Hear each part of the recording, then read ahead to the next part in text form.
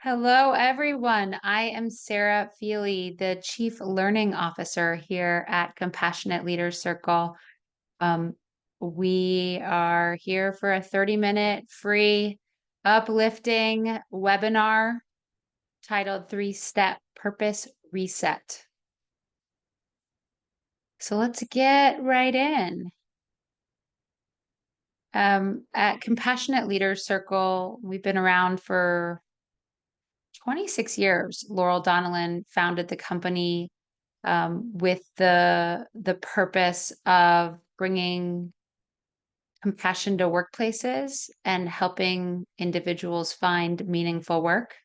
And here we are continuing to do that work 26 years later. I'm Sarah. I am an executive coach, like I said, the Chief Learning Officer here.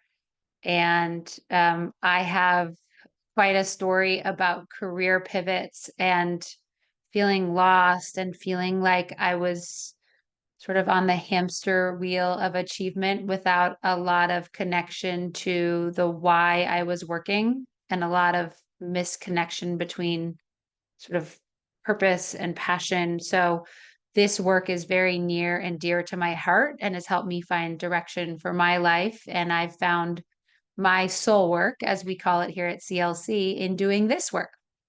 I feel very lucky to be doing so. So, agenda for tonight, just really gone over a little bit about us. I'll tell you a bit more about CLC. We'll talk about some key definitions, specifically the 7 pivot types and the definition for each of the 7. And then we'll talk about what purpose is. I'll briefly mention what purpose is not, or some purpose myths. The majority of our time will be spent in a 3-step purpose reset. We'll do a meditation and a reflection. Then I'll just go over some testimonials about the Pause for Purpose work we've done with hundreds of clients in the past. I'll do a hard sell or plug for Purpose Club launching a week from today. And then I will send you all off into the evening, uplifted and ready to bring what we talked about here to life. And I'll be monitoring the Q&A if anyone needs anything. But otherwise, sit back, relax, and enjoy our time together here.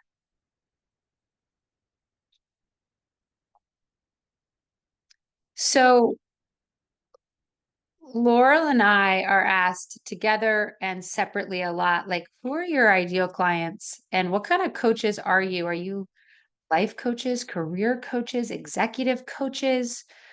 And someone said, like, what do you do? Who do you help? And Laurel and I have continued to come back to this concept of we help people who are at some sort of crossroads, who need help getting unstuck. And that could be, we do work with um, late teens, early adults. We've done programs at college campuses. We do a lot of work with mid-career folks thinking about a pivot of some sort, and all the way up through retirees or those approaching retirement who are thinking, gosh, like what's this next chapter of life look like? So long-winded way of saying we've cultivated a purpose program over the last 26 years of helping people get unstuck because life is too short to feel stuck. And it's really about running deliberately towards something rather than away from something. And I've made that mistake a few times in my life. So it comes from a place of experience. Okay. This is a fun exercise where in our years of coaching folks, we have really come across 7 different types of pivoters. And this is from some of the research we've done, just academically, as well as our own professional experiencing, helping people find career transitions. So there are 7 pivot types, and I am going to read to you the definitions, and I want you to sort of reflect and see which of these resonate with you. If you don't have the answer right now, that's okay. We have a fun, free online tool where you can take a quick assessment and it'll tell you what your pivot type is. But I'll get started here. So first you'll see on the left side of your screen, a learner. Okay, so this L is someone who is in need of a change, but you don't have a clear vision for what is next. Maybe your past work isn't really a reflection of what you love to do, or you like elements of what you do, but you're not quite sure how to parlay that into something in the future. You're a learner. Likers. You generally like your job or you like the work you're doing, but you want to love it and you want to understand how you can love it and take ownership over that.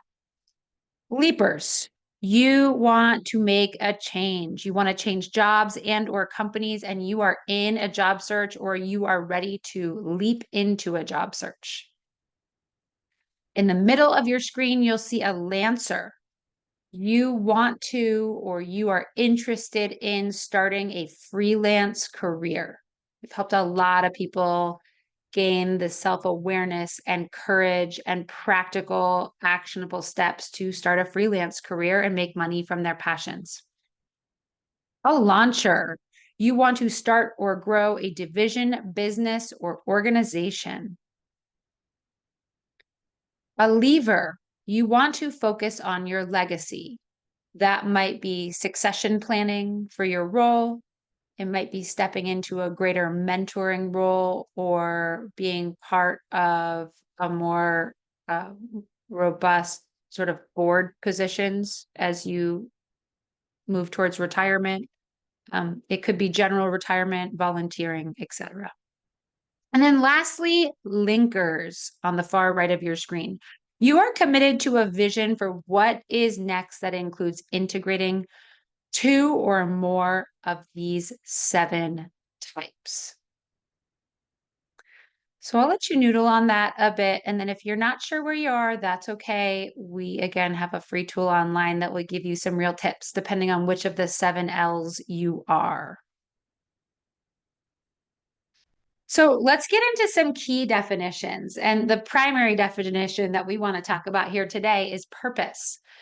I think it is a word that is used a lot. Like people are talking about, oh, find your purpose. And I think maybe we might have a definition of what that is in our heads, but we want to be explicit about how we use it at CLC as it pertains to your profession or your work. So we call it a statement of personal values that propels you to your career vision. And so there's really 2 important parts of this here. There's a statement of personal values and a career vision. And you might not have a lot of clarity on what your personal values are or your career vision. That's the journey. But it's important to know that anyone can have any career vision they want. It's the personal values and the strengths and the authenticity and the passions that make that career vision yours. So, a career vision can often be aligned to like a mother or parent's dream for you, or maybe a spouse's or partner's pressure, or maybe just a self-inflicted pressure of a lot of shoulds. Okay. I think the important thing about getting at your professional purpose is that having a career vision that is aligned what is deeply and intrinsically you is where the magic happens in career.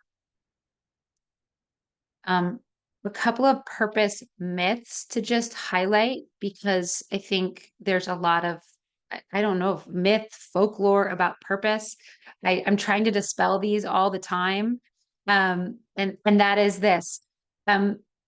Purpose is not static. It's not like you're born with one purpose and you better find it or else you've missed the boat. Purpose will change throughout your life. And I look back on a professional purpose I had at like 25. It's different than a purpose I have 3 young kids and I'm juggling my career, and it'll be a different purpose I have in 20 years. So it's about just focusing on where you are right now. Another purpose myth is that it has to be grand. This doesn't have to be grand. It has to be something that you care about, that has meaning and value to you. I've helped people cultivate personal purpose statements that are about expressing their love for nature and gardening through creating a pollinator garden on their urban rooftop. It's not a world changing purpose statement, but it's deeply important work to this person. And it helped her focus her personal time, right? So it doesn't have to be grand and is not static. It's about where we are today. Okay, I'm going to get off my purpose soapbox for a little bit and just move on to why purpose matters. I think, again, there's just a lot of talk about purpose. I think sometimes it causes people to want to roll their eyes, maybe literally or metaphorically. But we're lucky that there's a lot of data and study over the last really 20 or so years about how purpose and meaning and meaningful work buffers against a lot of life and work stressors. So it helps people have reduced senses of depression and anxiety. It helps prevent against burnout and turnover intentions. People who feel a deep personal connection to their work often find higher raises and promotion. I mean, work ties to work performance. I don't want to go on and on, but we look at purpose as certainly not a panacea to like solve unbearable work, right? It's not going to solve unbearable work, but the data says that it's not a nice to have, it's a need to have. So that's why we're talking about it.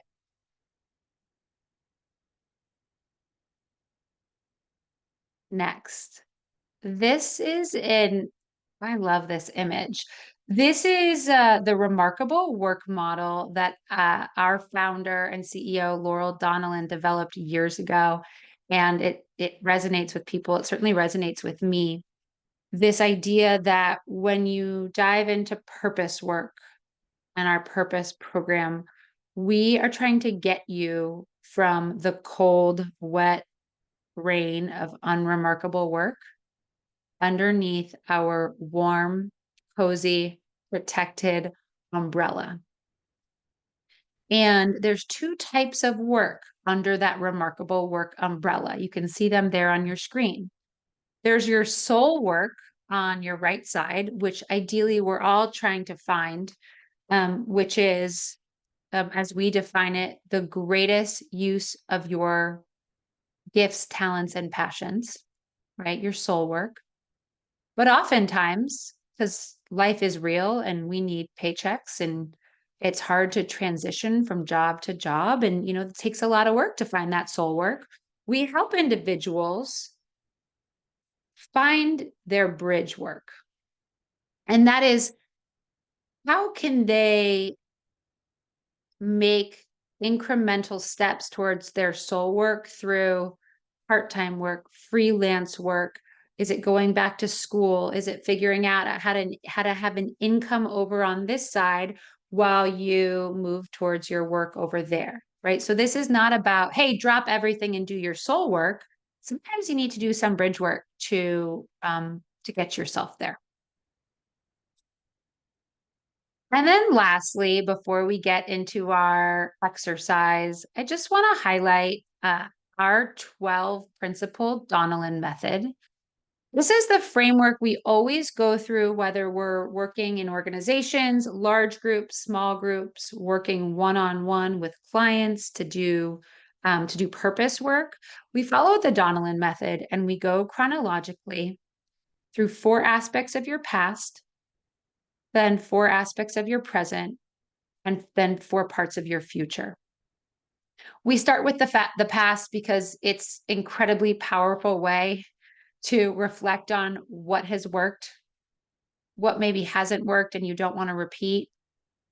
What are some things that you've learned or messages or narratives reinforced through childhood and past experiences that we need to call out and maybe quiet down some of the limiting beliefs or the aspects of our past that are not serving us anymore? After the past, we move to present. So we look at your current state to help you get on the path of living and working in a more balanced, sustainable way. So we look at balance. How are you living or not living into health? We look at loving relationships, those that build us up, in which we need to invest more time and effort to surround ourselves by our loving relationships, and then maybe put boundaries around those folks in our lives who we call vision thieves. Fun to think about those vision thieves. Abundance, we talk about your deeply held core values and how you can get those values to play out in your current and future work. And then authenticity, we do a deep dive into your passions, talents, skills, experiences, and preferred working styles. And then we move into the future, which is a 4-step process of shedding out all of the limiting beliefs, the narrowed thinking, and we start getting really creative about possible career paths and how you get there. We get you to write your multiple purpose statements in the 10th principle of integrity. We start getting you visioning into your future and then take that vision and move it into concrete steps as you write a commitment plan. And that commitment plan is 1 year, 6 month, 1 month, 1 week, and tomorrow goals, because all change is incremental. No matter how far you want to go, no matter how big your dreams are, you got to start with small steps. So that's the Donnellan method. We are doing purpose today, and I'm going to get us into a reflection.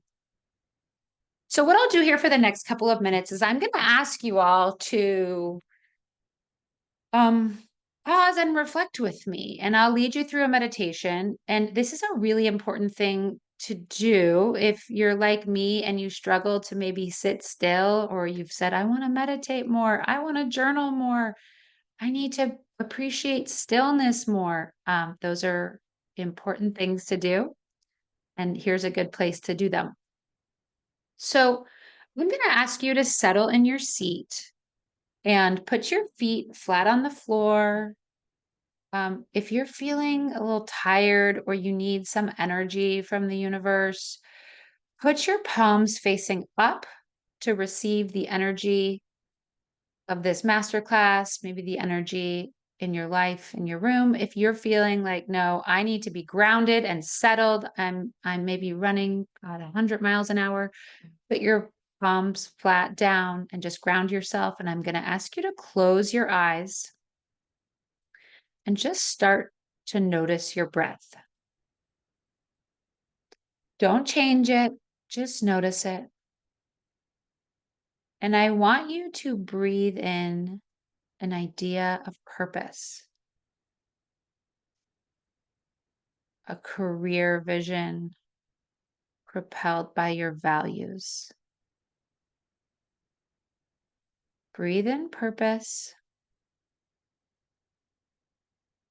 and breathe out everything else.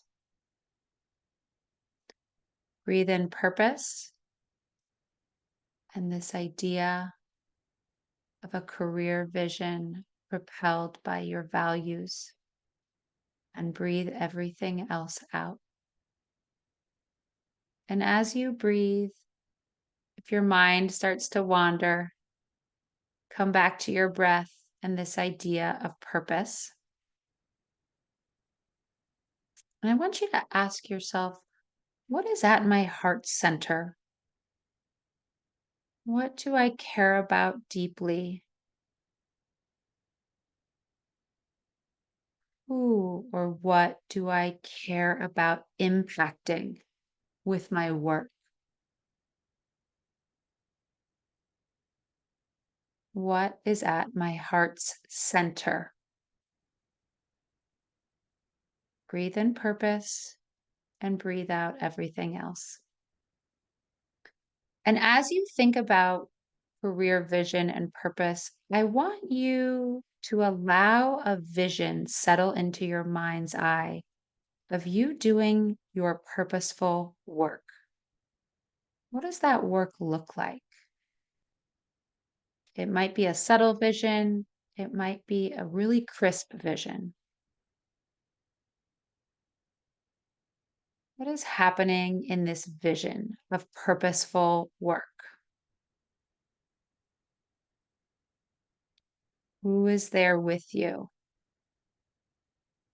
if anyone? What are you doing?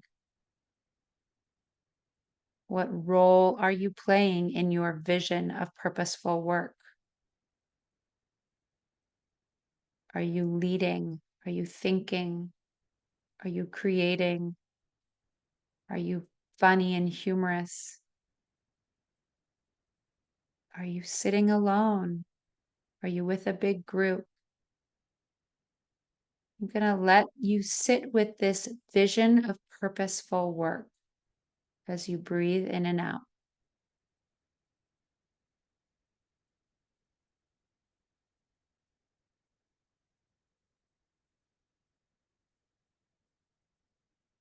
Breathe in that purpose and breathe everything else out.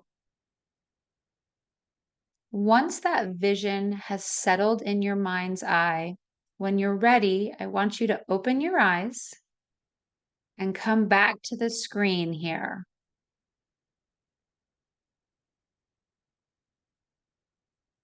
Thank you for engaging in that with me. It's 4 minutes, and in the grand scheme of 24-hour days, 4 minutes is so short, yet I find that so hard to do on my own. So I appreciate you doing it here with me. And I think um, stillness is so important, particularly in a society where we just value driving and action and doing and scrolling and emailing. And so sitting in stillness is good. So now we're going to take your phone or a notepad, someplace where you can jot down a note. And you're going to take that vision you had in that meditation, and you're going to work to create a simple motto. And these examples on the screen might even be a bit too advanced for what we're doing here. Great if you've got that level of clarity. But some motto format that helps some people is just to blank, right? It could be to garden, to leverage my use of writing in my work, right? So to and a verb. And I want you to think back to that vision and just jot down a motto that comes to mind. And I'll give you just a quick example is I worked with a coach just a couple months ago on a personal purpose statement now that I'm coming into fall and I've just been feeling like so busy with my kids. And when I did this visioning exercise, I had this vision of my kids and me walking on a path in nature. And like, we're not running, we're not rushing. It was like a very tranquil scene. But we were like looking at all the plants and the rocks and the flowers, and we were exploring them.